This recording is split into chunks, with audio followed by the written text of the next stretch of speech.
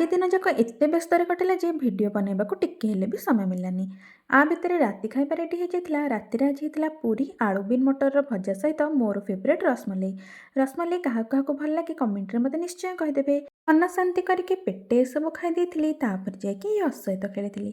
ୟଶକୁ ମୁଁ ଦେଇଥିଲି ଗୋଟେ କଲିକତି ବରକୋଳି, କିନ୍ତୁ ସେ କ'ଣ ଖାଇପାରିବ? ତାର ତ ଦାନ୍ତ ବି ଉଠିନି।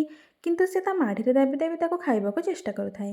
ଆଉ ଯେତେବେଳେ ତାକୁ ତାଠାରୁ କୋଳିଟାକୁ ଛଡ଼େଇକି ନେବାକୁ ଚେଷ୍ଟା କରୁଥିଲୁ, ସେତେବେଳେ ସେ କାନ୍ଦି କାନ୍ଦି ଗଡ଼ୁଥାଏ। ଏମିତି ଦେଖିବାକୁ ସତରେ ଆମକୁ ବହୁତ ମଜା ଲାଗୁଛି। ୟଶ୍ ଏବେ ଧୀରେ ଧୀରେ ସବୁ ଦେଇ ତ ଦେଉଛି, କିନ୍ତୁ ପୁଣି ତାପରେ ମାଗିକି ବି ନେଇଯାଉଛି। ଏସବୁ ଭିତରେ ହେଇଯାଇଥିଲା ଦ୍ୱିପହରର ଖାଇବା ରେଡ଼ି।